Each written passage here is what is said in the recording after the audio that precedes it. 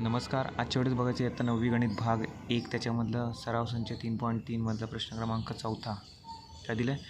खालील करणींना सोपे रूप द्या. ओके, तर पहिलं, दुसरं आणि तिसरं गणित आपण बघितलं आहे मागच्या व्हिडिओमध्ये.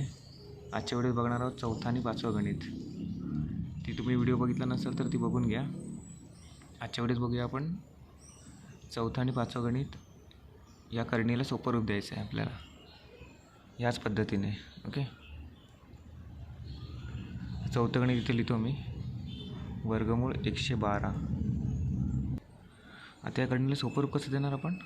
हे बघा, ह्याला 4ने सुद्धा भाग जातो, 4ने फोड करता येते. 4ने फोड केलं तर काय होणार आहे आपल्याला? परत संख्येची फोड करावी लागणार. त्यामुळे आपण हे बघा, 4ने पण 112ला भाग जातो, त्याची फोड करता येते, आणि 16ने सुद्धा जातो.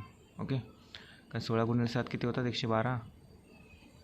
आणि 4 गुणिले 28 किती होतात? 112. आता 28 आपण लिहिले तर 28ची परत फोड करावी लागणार आपल्याला.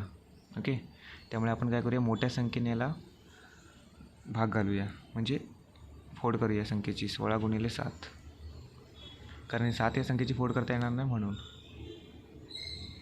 वर्गमूळ 16 सेपरेट लिहिलं आहे, गुणिले वर्गमूळ 7 परत लिहिलं आहे. तुम्हाला समजलं असेल ना? 4 इथे लिहिलं तर परत आपल्याला खालती फोड करत राहावं लागणार, आणि गणित मोठं होईल. ते उत्तर बरोबर येईल पण गणित मोठं होईल. त्यापेक्षा आपण 16 या संख्येने त्या संख्येची फोड करूया या करणीची. त्याच्यानंतर वर्गमूळ, हे 16 कोणाचा वर्ग आहे? 4चा. 4 वर्गमूळ 7. हे बघा, 3 स्टेपमध्ये ॲन्सर आलं. 16 घेतलं म्हणून.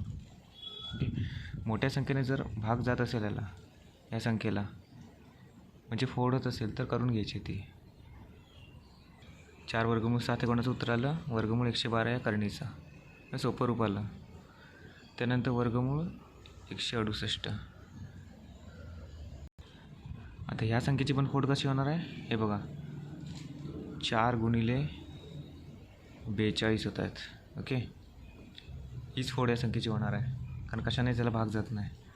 आता वर्गमूळ 4 सेपरेट घेतलं, 42 सेपरेट घेतलं, 2 वर्गमूळ 42. ओके, आता 42 या संख्येची फोड नाही होत आहे, त्याच्यामुळे करणीचं सोपं रूप काय आलं? 2 वर्गमूळ 42. 4 कोणाचा वर्ग आहे? 2चा वर्ग आहे.